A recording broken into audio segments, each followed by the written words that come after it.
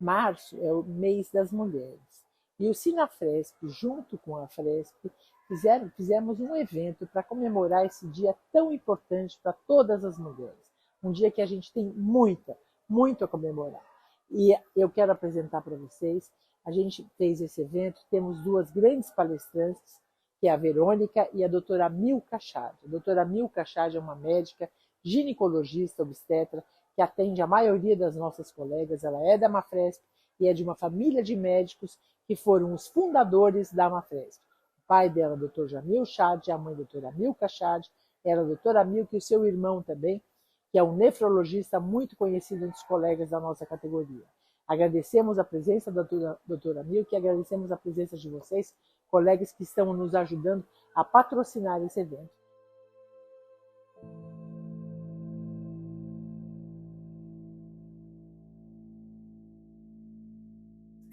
Boa tarde a todas e a todos. É um prazer imenso estar aqui com vocês. Já conheço muita gente, né? Aí já fiz parto de netos, né? Então é um prazer muito grande estar aqui com vocês e ainda mais nesse dia super especial. Eu acho que a gente tem que estar sempre unida mesmo. A Fresp tem esse movimento também de união, então muito bom estar aqui com vocês. É difícil falar assim de saúde da mulher em pouco tempo, mas eu acho que eu queria colocar uma evolução para vocês. Obrigada. Colocar uma evolução para vocês e uma ideia do geral do que a gente tem desde quando a gente nasce até a nossa idade mais avançada, né? Então, eu queria colocar para vocês um pouquinho sobre nossas fases da vida. A gente precisa de cuidados desde que a gente nasce, né? Então, falando especificamente das mulheres. Desde que a gente nasce, a gente precisa de cuidados integrados, de vários profissionais, uma equipe multidisciplinar sempre cuidando da gente. E visando sempre duas coisas muito importantes. Eu acho que é a prevenção e a qualidade de vida. Acho que isso é fundamental a gente pensar sempre desde o início da vida para a vida adulta. Quando a gente nasce, a gente tem já os cuidados do pediatra, né? E alguns testes são muito importantes no começo, então o teste do pezinho, acho que isso tudo vocês conhecem bem. Hoje a gente tem uma variedade de testes das crianças, coisas que foram evoluindo ao longo dos anos. Então testes super complexos, hoje eles têm feito até para ajudar na evolução da criança e detectar doenças logo no começo. Coisas que às vezes antes a gente não tinha, a gente só descobria depois, ou só descobria quando já estava doente. Então, os testes do pezinho hoje tá bem interessante, porque tem vários, né? Acho que quem teve bebê aí recente sabe que na hora que a gente nasce, a gente tem vários testes para escolher, inclusive, os testes mais simples até testes mais complexos. Então, isso ajuda muito depois na vida dessa menina que vai crescer a identificar doenças específicas até do sexo feminino, né? Então, já identifica tudo no começo para a gente conseguir tratar. Outra coisa muito importante que eu acho que também mudou bastante são as vacinas. A gente já tem várias vacinas novas, né? Já desde criança. O pediatra sempre acaba indicando também. Algumas vezes a gente faz já na hora do nascimento. Então, algumas vacinas para prevenção e para prevenção especificamente da mulher. A gente vai falar um pouquinho depois da vacina do HPV, que realmente tem mudanças muito legais aí acontecendo. Bom, depois de 10 anos, de 10 a 20 anos, a gente entra na fase de adolescência, né? Então, vê como as fases da vida da mulher vão mudando, os hormônios vão começando a aparecer, né? E aí as coisas começam a acontecer. Muita gente me pergunta, minha filha está com 9, 10 anos, quando que eu tenho que levar ela no médico, quando que eu tenho que levar ela no ginecologista? E aí está aqui a nossa resposta, que realmente a partir de 10 anos as coisas começam a mudar, os hormônios começam a aparecer, e aí está na hora de mudar de profissional de saúde. Então ela estava ali com o pediatra esse tempo todo, né? Desde o nascimento até uns 10 anos. Não que vá deixar de ir no pediatra, mas também vai acompanhar com o ginecologista. Quando a paciente menstrua, realmente já vale a pena ir no ginecologista para entender todos os passos e os cuidados, Mas se ela não menstruou ainda, é interessante até ir um pouquinho antes. Então, a partir dos 10 anos, se não menstruou ainda, realmente vale a pena até ter essa consulta. Porque a gente já começa colocando, para elas não assustarem, para elas entenderem o que são os hormônios, né? A gente já depois vai acostumando, mas no começo eu acho que gera bastante surpresa para as meninas, e muita coisa nova elas vão aprendendo também. Eu acho que a informação está muito ampla, então muita coisa na internet, as amigas falam muita coisa, então para conseguir, eu acho que entender o que é essa nova fase da vida delas, acho que não só o que elas aprendem em casa e com os professores, eu acho que também a parte de entender a importância delas se cuidarem desde sempre, né? Então, a partir de 10 anos, eu acho que é bem interessante começar a conversar sobre isso. Conversar sobre a menstruação, conversar sobre os hormônios que estão mudando.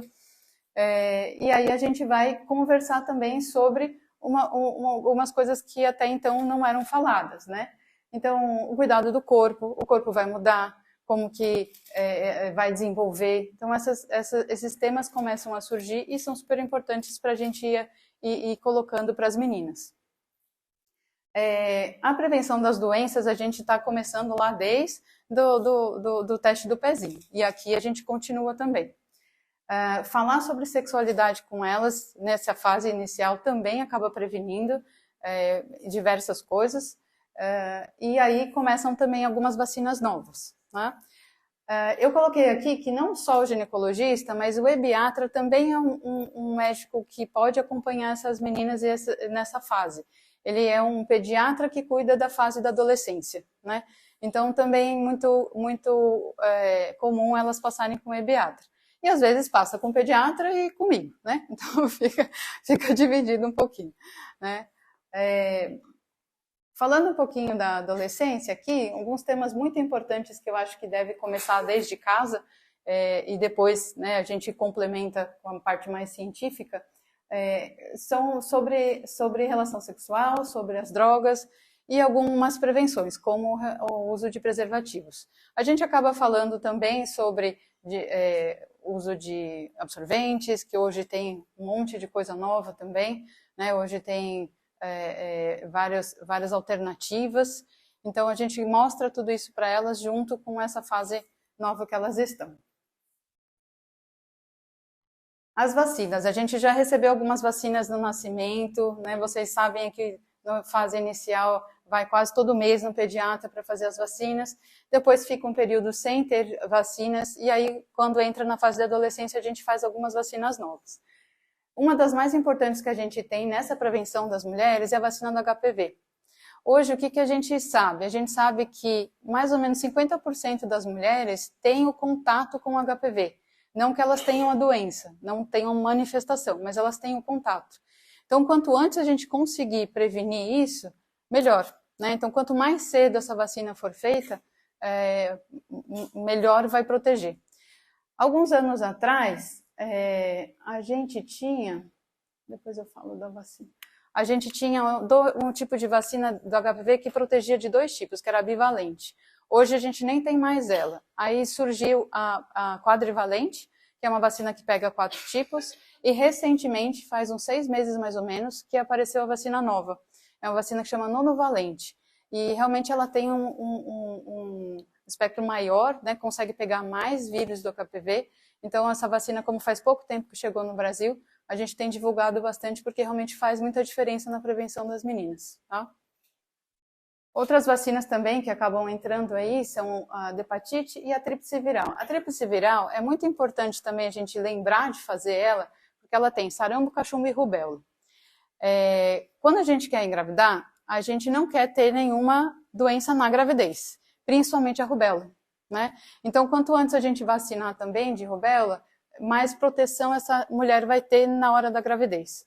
Na gestação, a gente não pode fazer a vacina da rubéola, então se a gente faz antes, realmente já fica protegido. Então, isso já está preparando, já está sendo uma prevenção ali até da própria gestação que ainda vai surgir aí. Bom, aí depois entramos na fase adulta, né? Fase adulta a gente considera aí de 20 a 40 anos. E aí as preocupações começam a aparecer um pouco diferentes. Então começa já a pensar, bom, acho que eu vou engravidar, Será que está na hora de engravidar, né? Bom, a vacina do HPV, para quem também não fez lá, né, de 10 anos de idade, pode fazer mais para frente. Então, tem muita gente que acabou não fazendo quando tinha 10 anos, porque a vacina não tinha, e aí agora pode fazer também, tá? Não entendi, desculpa. Não entendi, você pode repetir? Que pode ser feita? Pode ser feita. Qual a validade da vacina no corpo? Para a vida toda.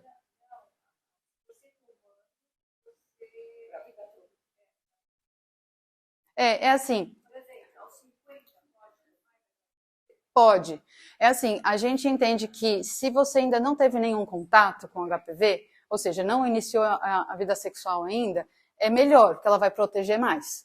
Mas mesmo que você tenha iniciado a vida sexual, vale a pena fazer, porque a gente entende que existe uma proteção. Existe uma proteção desses 9 tipos de HPV, que normalmente os 4, 5 ali, eles são mais específicos para o câncer. Então, se não tiver contato com eles, vale a pena fazer a vacina de qualquer forma. Tá? É claro que a gente lida com uma saúde pública também, então o ideal é sempre tentar vacinar as meninas ali entre 9 e 11 anos. Por isso que na rede pública eles colocam nessa fase de idade, mas a gente pode fazer em qualquer fase de idade. Tá? Uma coisa importante, você falou da vacina, né? Quem já fez a vacina, fez a quadrivalente, agora tem a nova. Então, você pode fazer um reforço dessa vacina nova. Tá? Então, não precisa fazer todas as 3 doses, mas né, quem já fez. Então, por exemplo, né, já tomou as 3 doses da quadrivalente e agora apareceu a nova. Então, pode fazer um reforço da nova também. Tá? Sim, exatamente, exatamente. E aí, depois de algum tempo, realmente, o Ministério da Saúde colocou para os meninos também. Né?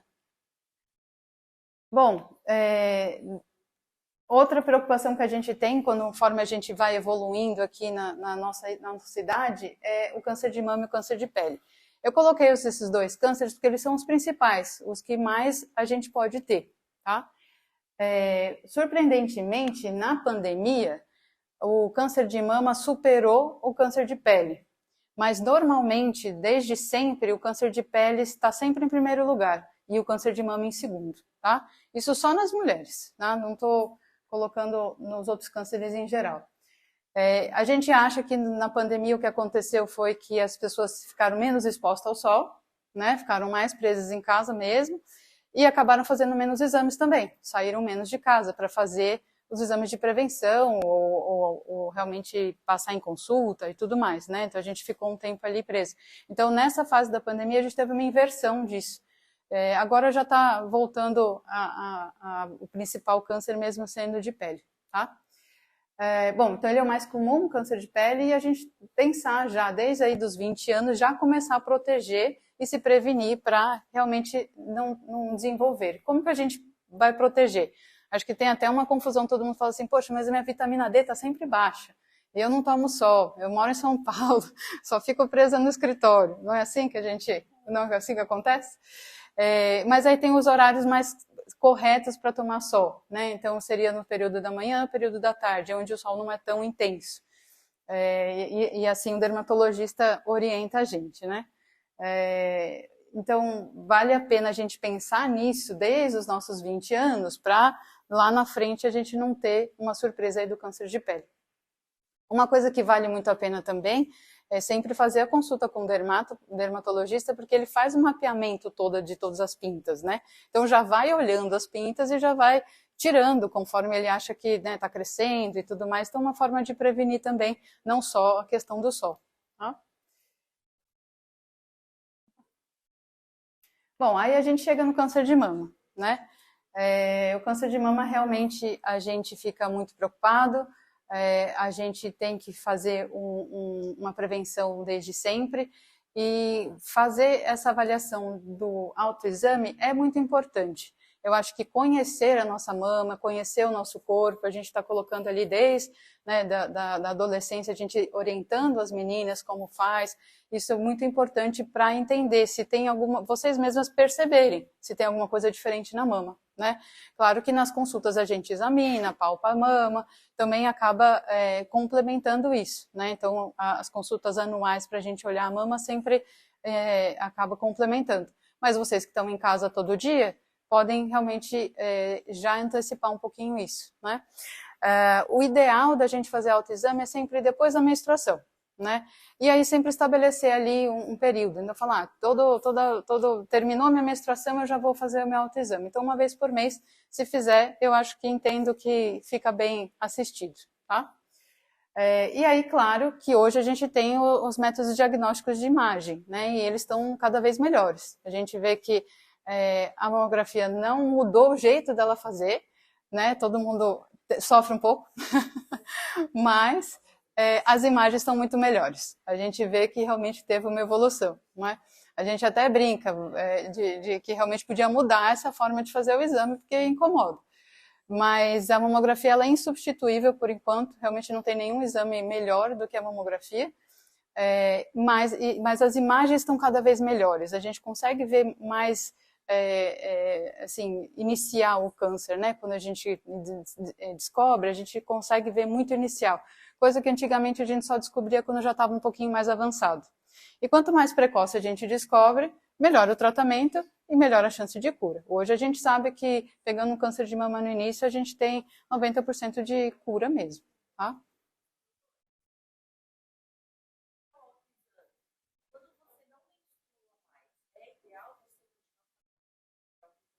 Com certeza.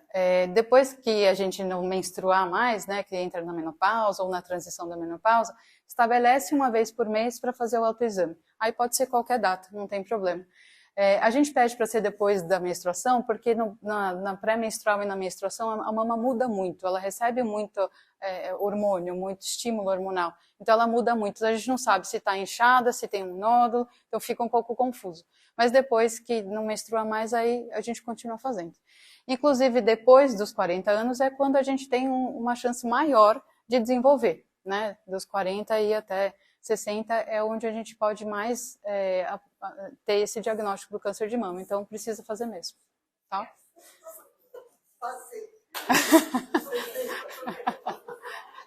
Eu disse uma maior chance, não disse que depois...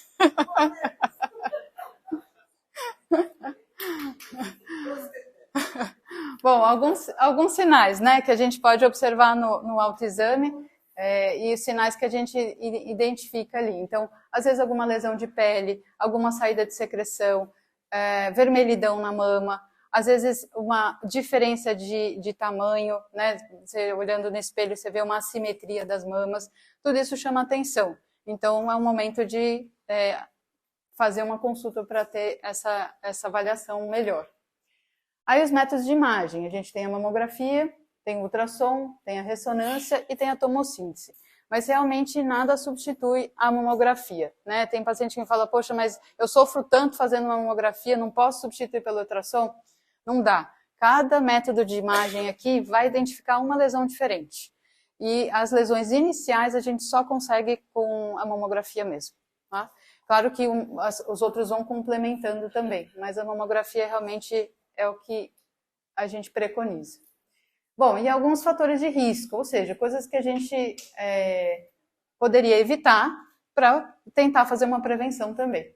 Então, as pacientes que às vezes não têm filhos, então tem um risco maior porque não amamentam, então a amamentação acaba protegendo o câncer de mama, e é nosso estilo de vida, né? Então, o sedentarismo a gente vai ter um fator maior, a obesidade, uso de muitos hormônios, tudo isso acaba sendo um fator de risco para desenvolvimento de câncer. Claro que isso também tem uma questão familiar, né? O câncer de mama ele tem uma questão familiar. Então, às vezes, o paciente, né, faz tudo direitinho, tem uma qualidade de vida boa, tem atividade física, tem alimentação e às vezes desenvolve do mesmo jeito. Mas aí tem uma carga genética também, que a gente não consegue mudar, né? Bom, aí voltando um pouquinho lá para o HPV, que realmente é onde o HPV pode se manifestar. Então, a gente está numa vida aí entre 20 e 40 anos, é a hora que ele pode se manifestar. Quando que ele se manifesta? Quando a gente tem alguma baixa imunidade. Então, às vezes a gente teve um contato do HPV, né, lá com 20 anos e ele só vai aparecer com 30. Né? Então, a gente se contamina e a hora que tem uma baixa imunidade, tem algum estresse, alguma coisa, aí ele aparece. Tá? Então, por isso, tentar fazer essa prevenção das vacinas do HPV antes disso, antes desse contato. E aí, o que a gente estava comentando, que o Ministério da Saúde colocou para os meninos também. Tá? E hoje, super importante aí a vacina nonovalente. Bom, como que a gente faz prevenção do HPV e do câncer de colo de útero? Porque, coincidentemente, também esse mês é o mês da prevenção do câncer de colo de útero, tá? A gente faz o exame físico, que é examinar, e o Papa Nicolau, tá? O Papa Nicolau é um exame bem simples, que a gente consegue fazer um rastreio. Ele identifica para a gente se tem alguma suspeita ou não. Ele não identifica se tem ou não. Ele só vai fazer um rastreamento. Ele vai falar, poxa, isso aqui não está legal, vamos continuar investigando. Não, isso aqui está ótimo, pronto, não precisa continuar investigando. O que é continuar investigando? É fazer a colposcopia e a vulvoscopia, ou seja, olhar melhor as células do colo do útero. Aí a gente consegue ter um diagnóstico de certeza se tem algum problema a mais ou não, tá? O exame de Papa Nicolau a gente preconiza fazer uma vez por ano, tá? A não ser que tenha alguma outra indicação, mas inicialmente uma vez por ano. A mamografia a gente faz a partir de 40 anos também uma vez por ano. O Papa Nicolau a gente faz a partir de 20 anos ou a partir do momento que tem a primeira relação sexual. Bom, aí também nessa fase a gente tem as mamães, né, que resolvem engravidar. O que a gente pensa muito hoje? A gente pensa muito em preparar essas pacientes para terem uma gestação. E aí, se a gente tem um preparo delas, a gente consegue ter uma gestação melhor também, né? Então, fazer uma consulta de pré-gravidez, né? Não só o pré-natal, mas um pré-gravidez, a gente consegue ter uma gestação melhor também. Ou seja, saber se ela está fazendo atividade física, saber se os exames estão todos bons, saber se todas as vacinas estão em dia. Então, fazer uma vacina da rubéola antes de engravidar e não depois ficar preocupada com a rubéola durante a gestação. Então, essa prevenção e essa preparação para a gravidez é muito importante. Às vezes até questão também de alimentação, né, e de obesidade. A gente tenta também melhorar isso para que na gestação fique tudo melhor. Tá? E a gestação, ela envolve uma equipe sempre multidisciplinar, não só o ginecologista, né? Então, a gente sempre envolve o nutricionista, o educador físico, a fisioterapeuta, tudo isso engloba esse cuidado com a gestante.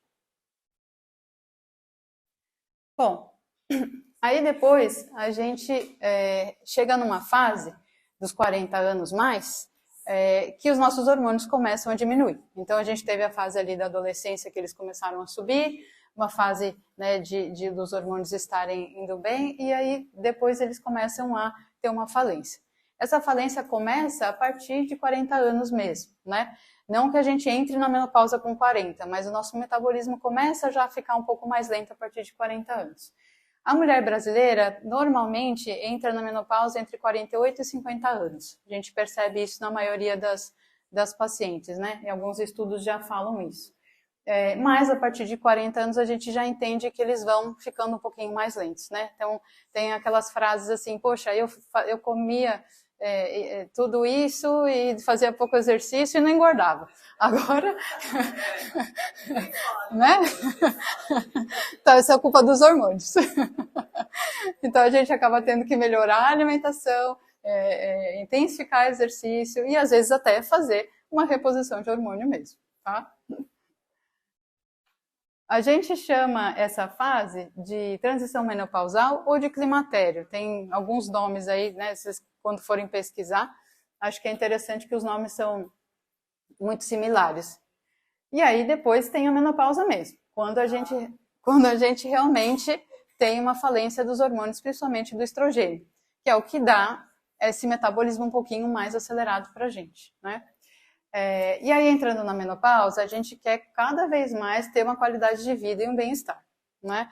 Então, é muito importante, tudo isso que veio, né, até os 40 anos, agora vai também refletir, né? Então, quem fez bastante atividade física, quem teve uma alimentação melhor, a atividade física, a gente pensa muito na questão dos ossos, né? Então, na menopausa, a gente começa a perder um pouquinho de osso, a gente começa a ter dor nas articulações, e aí, com isso, a gente entende que o exercício, né, ele vem para ajudar, tanto a não perder o osso, quanto fortalecer a musculatura, tá?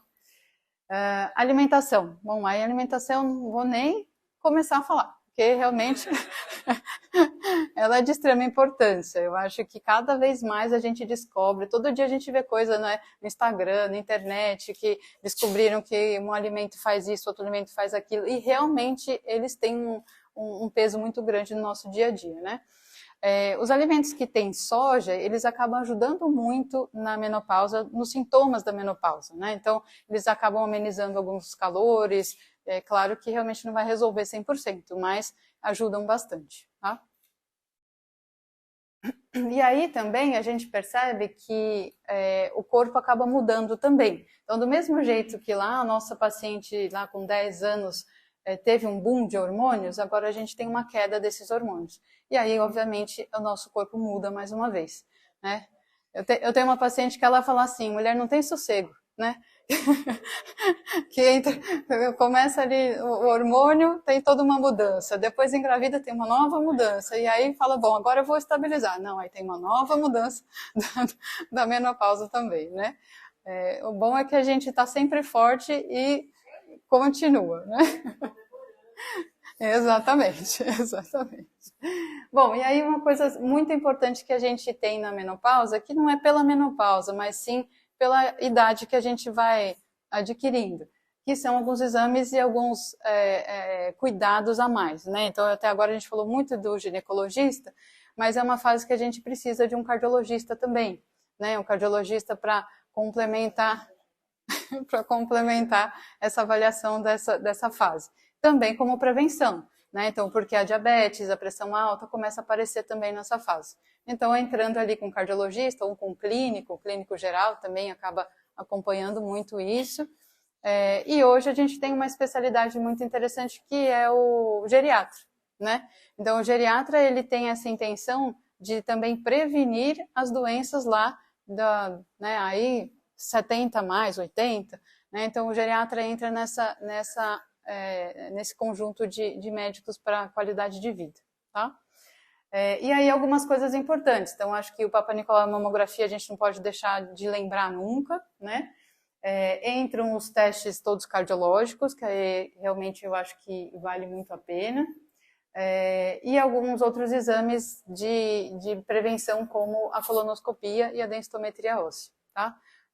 Não são exames que a gente precisa fazer todo ano, a gente pode espaçar bem, mas não pode deixar de lembrar deles. A colonoscopia, por exemplo, a gente faz uma vez a cada 5 anos, então é mais espaçado, mas tem que lembrar dele. Claro que tudo depende também, mais uma vez, do histórico familiar, né? Mas eu acho que vale lembrar desses exames.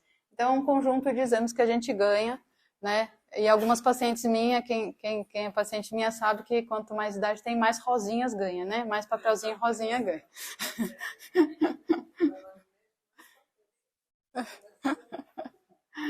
E aí eu queria terminar com uma frase que né, nesse Dia da Mulher, assim, que todos os dias haja pelo menos uma mulher a levantar, a elogiar, a respeitar e a empolgar outra mulher, que é o que a gente está fazendo aqui.